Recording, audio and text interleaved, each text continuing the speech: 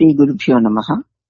నిన్న మనం అమృతధార ఖడ్గధార అనేటువంటి నిసర్గదత్ మహారాజు గారి పుస్తకంలో ఈ లోకంలో జ్ఞాని పాత్ర అన్న అంశాన్ని ఈరోజు చెప్పుకోబోతున్నాం.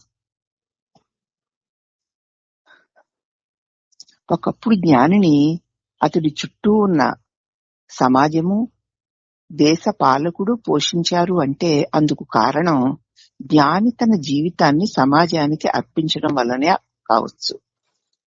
జ్ఞాని తన జీవితాన్ని పూర్తిగా సమాజానికి అర్పించేశాడు కాబట్టి జ్ఞానిని చుట్టూ ఉన్న వాళ్ళందరూను దేశ పాలకులు పోషించేవారు. అట్టే ఖరీదు కాని గడ్డి తిని ఆవు మనిషికి విలువైన పోషక పదార్థాలతో కూడిన తన పాలన ఇచ్చినట్లుగానే జ్ఞాని సమాజం నుంచి కాస్త తిండి, బట్ట, వసతి సేకరించి మానవుడికి దుఃఖ నివృత్తిని చేయగలిగిన అతి విలువైన జ్ఞానాన్ని పంచుతాడు. అవునమ్మా. ఇప్పుడంత గడ్డి తిని చక్కటి విలువైన పాలిస్తుంది ఆవు. అలాగే జ్ఞాని సమాజం నుంచి కాస్త తిండి, బట్ట, వసతి సేకరించి మానవుడికి పూర్తి దుఃఖ నివృత్తిని చేయగలిగిన అతి విలువైన జ్ఞానాన్ని పంచుతాడు. ఈ సేవలో అతడు ఒక్కొక్క తరి తన ఆరోగ్యాన్ని, ప్రాణాన్ని కూడా కోల్పోతూ ఉంటాడు. యవన దశలో శ్రీ జిడ్డు కృష్ణమూర్తి రోజులో ఎక్కువ భాగం ప్రవచించడం వల్ల చర్చలు సాగించడం గమనించిన వైద్యులు, నువ్వు ఇలాగే గనక గంటలు గంటలు నీ ప్రవచనాలను కొనసాగిస్తే అనారోగ్యానికి గురయ్యి ప్రాణహాని కూడా తెచ్చుకుంటావు అని హెచ్చరించారట. ఎక్కువ భాగం దేశాలు తిరగడం, గంటలు గంటలు ప్రవచించడం.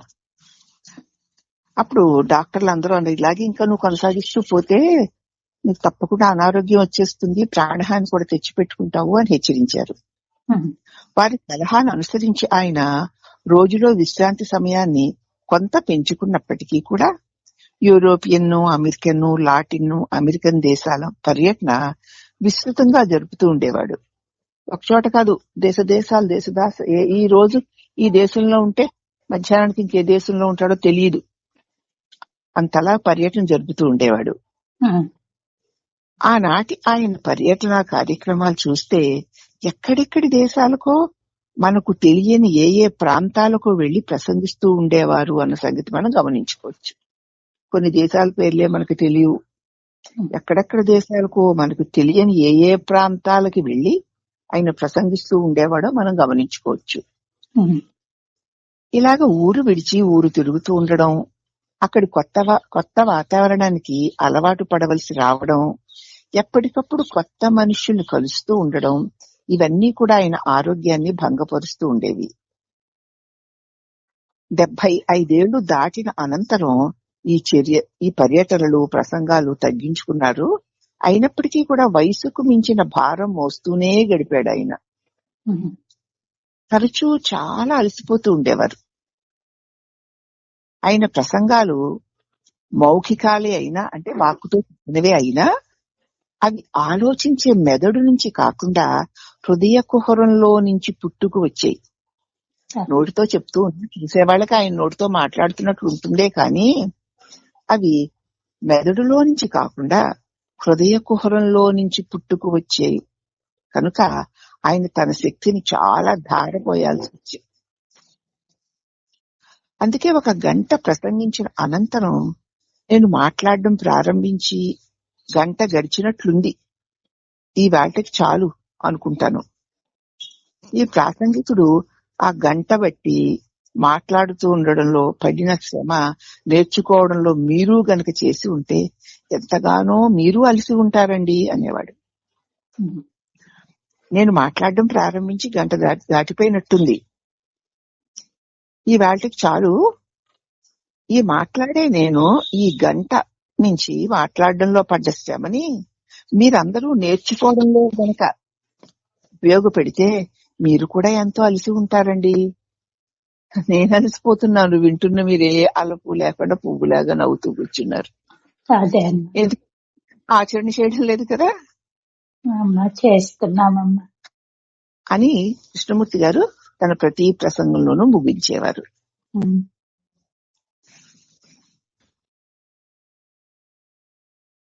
ఆ విధంగా జీవించిన వాళ్ళు తనని తాను మానవాళికి అర్పించుకున్నాడు శ్రీకృష్ణమూర్తి. విధంగానే జీవించిన నాళ్ళు జీవించాడు, తన్ని తాను మానవాళికి అర్పించుకున్నాడు జిడ్డు కృష్ణమూర్తి.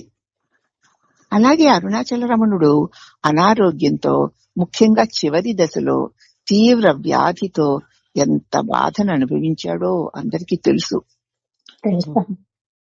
ఆ స్థితిలో ఆయనకి విశ్రాంతి ఎంతో అవసరమని తెలిసి ఉండి కూడా ఆయనను నిద్రపోనివ్వకుండా, విశ్రాంతి పొందనివ్వకుండా తమ లబ్ధి తాము చూసుకుంటూ భక్తులైన వారు కాని వారు అందరూ కూడా ఆయన దర్శనార్థం గది వెలుపల క్యూలో నిలబడి ఉండేవారు. తన వేల వేల మంది గది వెలుపల క్యూలో నిలబడి ఉంటే ఆయన లోపల ఎలా విశ్రాంతిగా పడుకుంటాడమ్మా? ఆంతరంగిక శిష్యులు తలుపులు మూసేస్తాము అన్నా సరే, కాదు కాదు తెరిచే పెట్టండి, దర్శనం వల్ల వారికి మేలు జరుగుతుందని పాపం వారు అనుకుంటుంటే వారిని అడ్డుకోవడం ఎందుకు అని ఆ అవస్థనంతా సహించేవాడు ఆ మహానుభావుడు. అంతకు ముందు కాలంలో అనారోగ్యం ఒక మాదిరిగా బాగున్నప్పుడు కూడా భక్తులు గిరి ప్రదక్షిణ చేయడానికి రండి రండి అని స్వామిని ఆహ్వానిస్తే రమణుడు ఆ రోజున అప్పటికే 1-2 సార్లు ఇతర భక్త బృందాలతో ప్రదక్షిణ చేసి సంపూర్తిగా అలసిపోయి ఉన్నప్పటికీ కూడా మళ్లీ వీరి మాటను తీసేయలేక మళ్లీ బయలుదేరేవాడు. వాళ్ళతో వెళ్లారు మరి మాతో ఎందుకు రారు అని వెళ్ళే వ్యక్తి మరి మిషనా కాదు కదా, అది చూసేవారు కాదు. మేము స్వామితో వెళ్ళాం, అదేదో మాకు ప్రయోజనం అన్న భావనే తప్ప స్వామి అంటే ఒక నడిచే యంత్రము అనుకుంటున్నారు వాళ్ళు. స్వామి మోకాళ్ళు ఎంత నొప్పికి గురవుతున్నాయో తెలుసుకున్న అంతేవాసులు ఆయన్ని వారిద్దామని ప్రయత్నించినా కనుసైగలతో అసలు విషయాన్ని బయట పెట్టకండి అని వారిని హెచ్చరించి కొత్తగా వచ్చిన భక్త బృందం యొక్క కోరిక కూడా తీర్చేవారు. నాకు నొప్పి, నేను నడవలేకపోతున్నాను సంత వాడికి ఏం చెప్పకండి అని సైగ చేసేవారట. మళ్ళీ ఈ కొత్త బృందంతో మళ్ళీ వారి కోరిక తీర్చేవారు. అరుణగిరిని ఆశ్రయించుకొని జీవితకాలం అంతా మరి ఎక్కడికి వెళ్లకుండా అక్కడే ఉండిపోయినప్పటికీ అతడు చేసిన శారీరక శ్రమ, పడిన బాధ ఇంత అంతా కాదు. జీవికకై దుకాణం నడుపుకున్న శ్రీ నిసర్గదత్ మహారాజ్ గారు చివరి సంవత్సరాల్లో తన చిన్న ఇంటిలోని గది నుంచి బయటికి కదిలేవాడు కాదు. కానీ పొద్దున్న సాయంత్రం కూడా ఎడతెరిపి లేకుండా జిజ్ఞాసులు, భక్తులు దేశ విదేశాల నుంచి వచ్చిపోతూనే ఉండేవారు, ప్రశ్నిస్తూనే ఉండేవారు. వారందరికీ ఆయన సమాధానాలు చెబుతూనే ఉండేవాడు ఆ చిన్న గదిలో. ఆయనకి వచ్చిన స్వరపేటికి సంబంధించిన వ్యాధికి ఆ ఆగని వాగ్ధార కొంత కారణమై ఉంటుంది అనడానికి సందేహం లేదు. ఆగకుండా అలాగ గంటలు చెబుతూ ఉంటే ఆ స్వరపేటికి వ్యాధి కలిగింది. కాబట్టి ఆయన ఆగని వాగ్దార వల్ల కూడా ఆ వ్యాధి వచ్చిందనడానికి సందేహం లేదు. అడిగేవారు కూడా ఏ ప్రశ్న పడితే ఆ ప్రశ్న అడగడానికి వెను తీసేవారు కదా. అది అవసరమా, అవసరం కాదా, నిజంగా ఆర్తితో అడుగుతున్నామా, అసలు తెలుసుకుందామని అడుగుతున్నామా, ఏదో విందాములే అని అడుగుతున్నామా అని లేకుండా అవసరమైన ప్రశ్నలు, అనవసరమైన ప్రశ్నలు అడుగుతూనే ఉండేవారు. కొంతమంది అమర్యాదగా ఏసడిస్తున్నట్లుగా ప్రశ్నించారు కూడాను. అంతా ఓర్చుకునేవాడు ఆయన.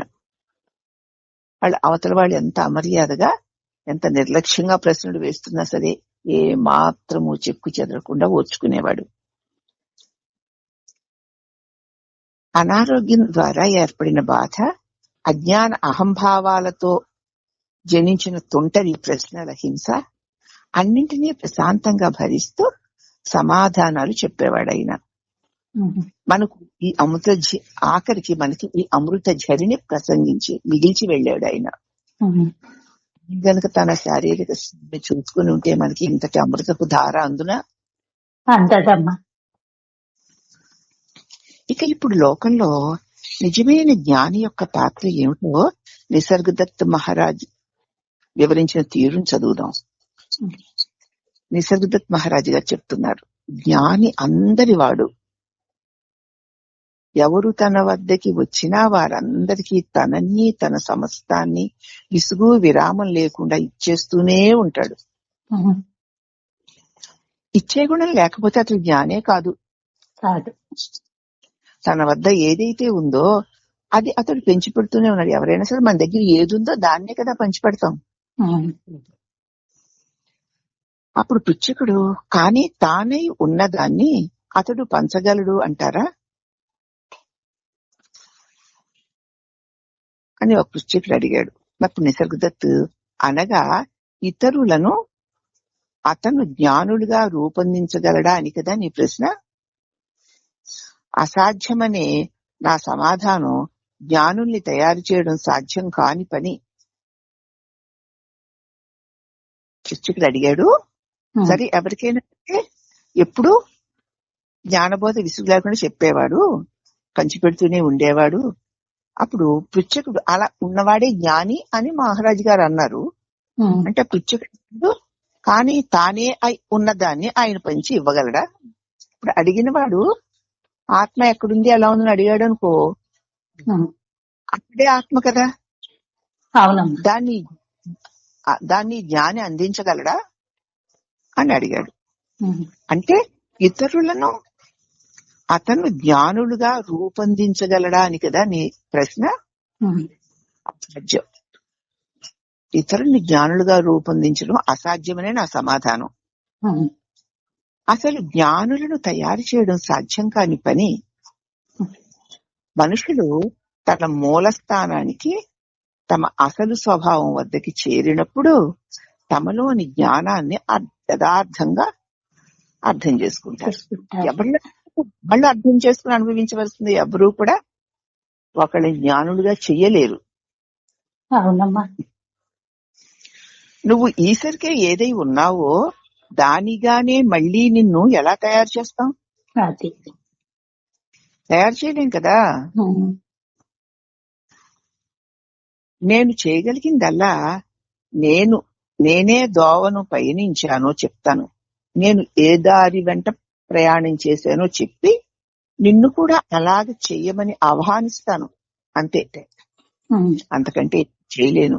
ఆ దారిని నువ్వు అనుసరించి వస్తే నీ గమ్యాలను పొందుతావు.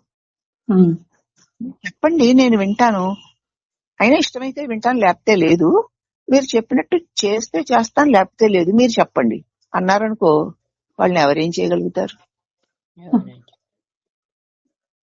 అసలు మీరు చెప్పక్కర్లేదు, మీరు చెప్పేదంతా నాకు ముందే తెలుసు అనేవాళ్ళు కొంతమంది ఉంటారు. మీరు వినేదేముందిలే, మేం వినేదేమిటి, మా బతుకు మేము బతుకుతాం అనేవాళ్ళు కూడా ఉంటారు. మేము ఎంతో బాగా బ్రతుకుతున్నాం అని కూడా అనుకునేవాళ్ళు ఉంటారు. అందుచేత నేను చేయగలిగిందంతా ఏమిటి అంటే, నువ్వీసరికే ఏదై ఉన్నావో దాన్ని మళ్ళీ నిన్ను ఎలా తయారు చేయగలం? నువ్వు ఈసరికి ఒక రాయి ఒక కృష్ణ విగ్రహంగా తయారైపోయింది, దాన్ని మళ్ళీ కృష్ణ విగ్రహంగా చేయడం ఏమిటి? అలాగే నువ్వు ఈపటికే ఆత్మవై ఉన్నావు, అట్టి నిన్ను మళ్ళీ నేను ఆత్మగా ఎట్లా చేయగలను?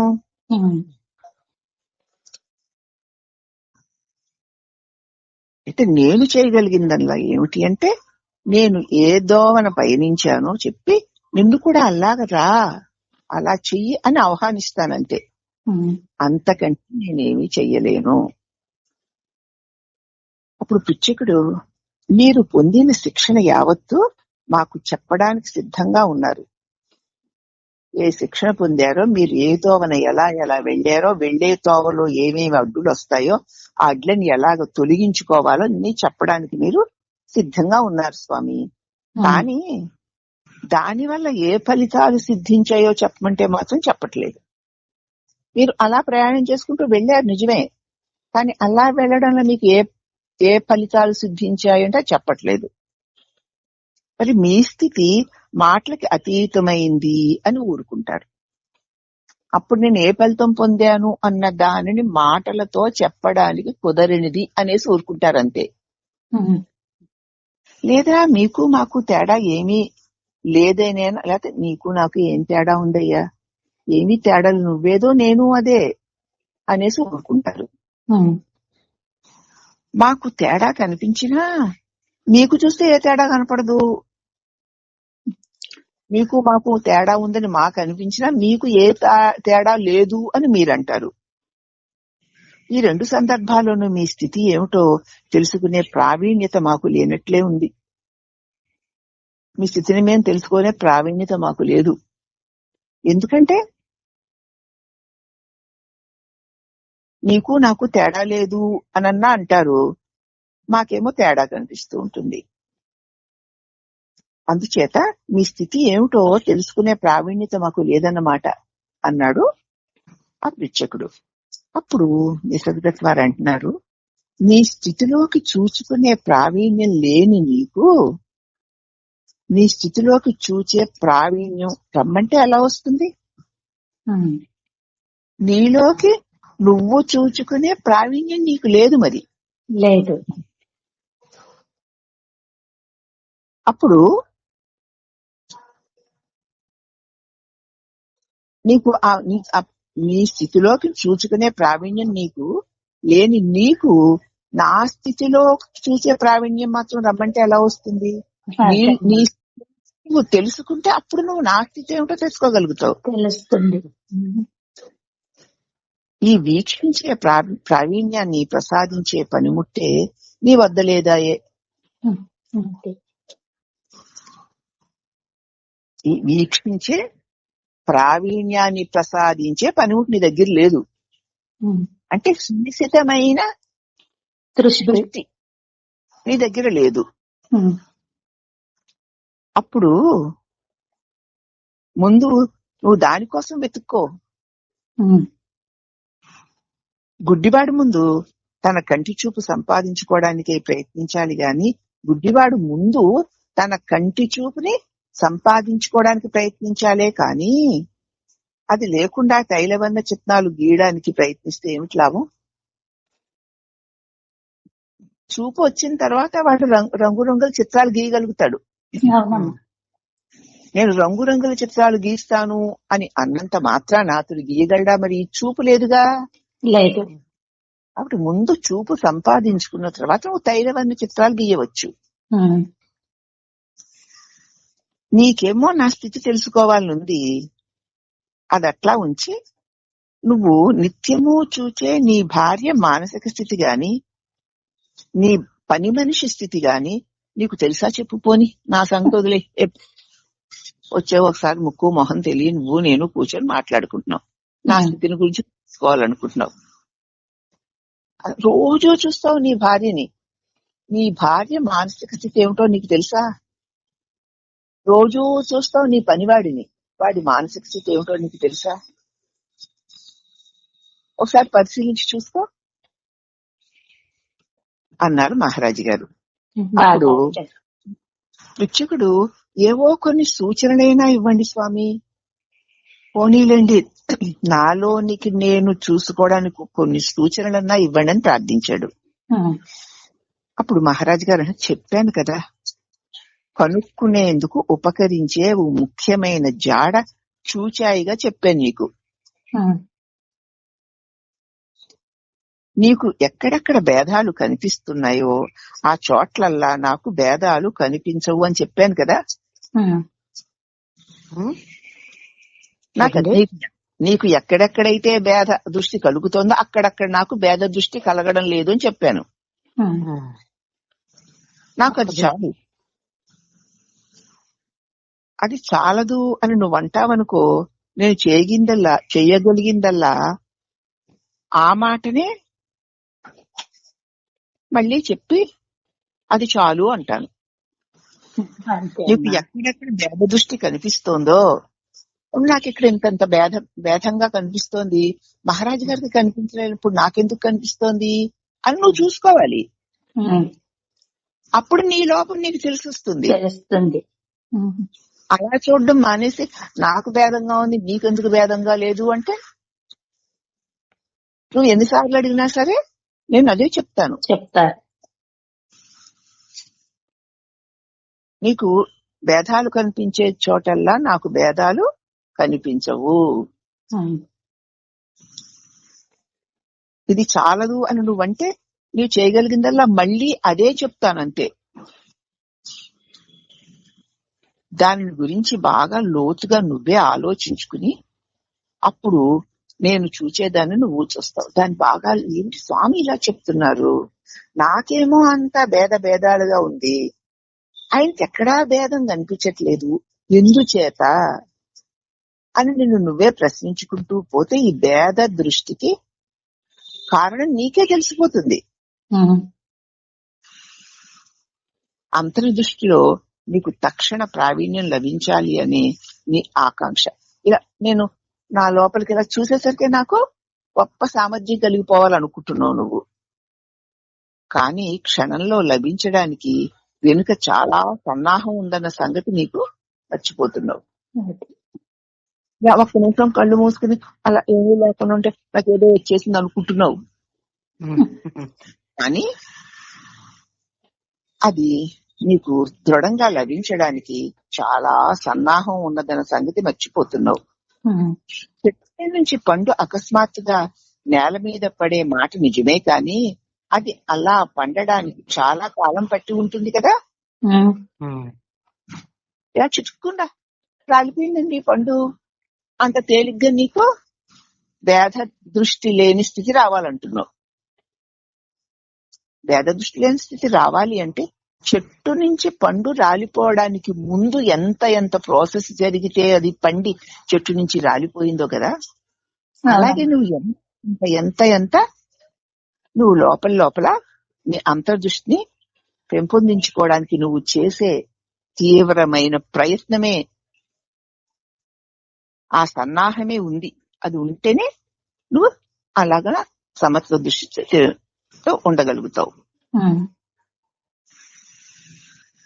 ఇచ్చేవాడు చాలా మందే ఉన్నారు, కానీ తీసుకునే వాళ్ళు ఎవరున్నారు? తీసుకోవడానికి అర్హత ఉండద్దు ఇస్తే మాత్రం. అప్పుడు పిచ్చకుడు మీకున్న సున్నితత్వము, నాజూకైన ఈ సృహనైనా మాకు మీరు పంచలేరా? ఇంత సున్నితంగా, ఇంత మృదువుగా, అసలు అందరి పట్ల అంత ప్రేమగా ఉన్నటువంటి ఈ సృహని అయినా మాకు కొంచెం మాతో పంచుకోలేరా అని అడిగాడు. అప్పుడు నిశ్శబ్దత సాధ్యమే, కానీ ఈ పంపిణీకి ఇరుపక్షాల వారు సిద్ధంగా ఉండాలి. నేను సిద్ధంగా ఉన్నాను, దీన్ని అందుకోవడానికి నువ్వు సిద్ధంగా ఉండాలి. అర్హత ఉండాలి.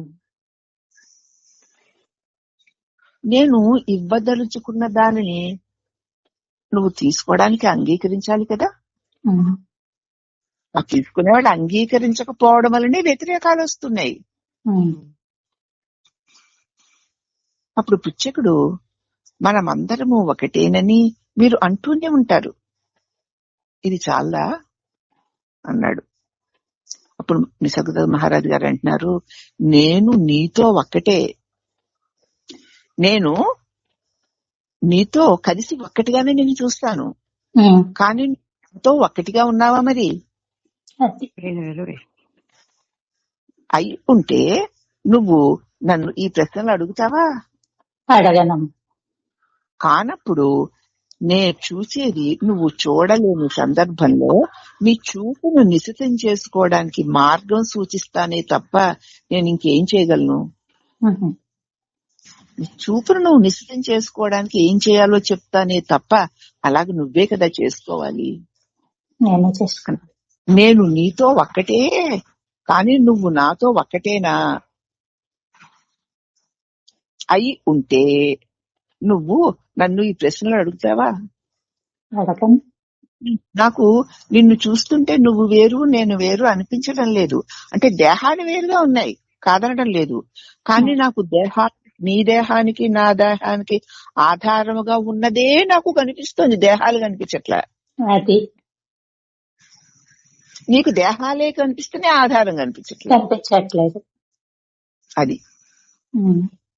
నీకు మరి మాకు నువ్వు తేడా అమ్మా. నువ్వు నన్ను ఈ విధంగా అడుగుతావు, కానీ అలా కానప్పుడు నేను చూచేది నువ్వు చూడలేని సందర్భం. నేను దేన్నైతే చూస్తున్నానో దాన్ని నువ్వు చూడలేని స్థితిలో ఉన్నప్పుడు నీ చూపుని సూక్ష్మం చేసుకో. స్థూలమైన దృశ్యాల మోహంలో పడకు. ఈ స్థూలమైన దృశ్యాలకు ఆధారమైన ఆ సూక్ష్మమైన నీ దృష్టి మీద నీ దృష్టి పెట్టు అని నేను మార్గాన్ని సూచించడం తప్ప, నీ దృష్టిని, నీ చూపుని నీ సూక్ష్మ దృష్టి మీద నేను పెట్టలేను కదా, నువ్వే తిప్పుకోవాలి. నేనే చెప్పుకోవాలని తెలిసిపోయింది, ఇంకేం తిప్పుకుంటావు? అసలు ప్రయత్నం చేస్తే కదా తెలుస్తుంది. మాటికి అసలు ఒక్క క్షణం అలా స్థూలం అనేది వచ్చింది అంటే నీ సూక్ష్మత్వంలోకి నువ్వు మరలిపోవాలి. అంతనే ఇంకా మరలిపోవడం దానికదే జరుగుతుంది అనమాట ఆటోమేటిక్ గా. బంతి గోడకేసి కొడితే తిరిగి నీ దగ్గరికి వచ్చేస్తుంది. అలాగ స్థూల దృష్టి కలిగిన క్షణంలో నువ్వు నీ స్వరూపంలోకి సూక్ష్మ దృష్టిలోకి వెళ్ళిపోగలగాలి. అలాగ దాటుకుపోవాలి స్థూలత్వాన్ని. అంతకంటే నేనేమి చేయలేను అన్నారు శ్రీ మహారాజు గారు. అందుచేత జ్ఞాని గురించి, ఈ లోకంలో జ్ఞాని యొక్క పాత్ర ఎంతవరకు అంటే అంతవరకే.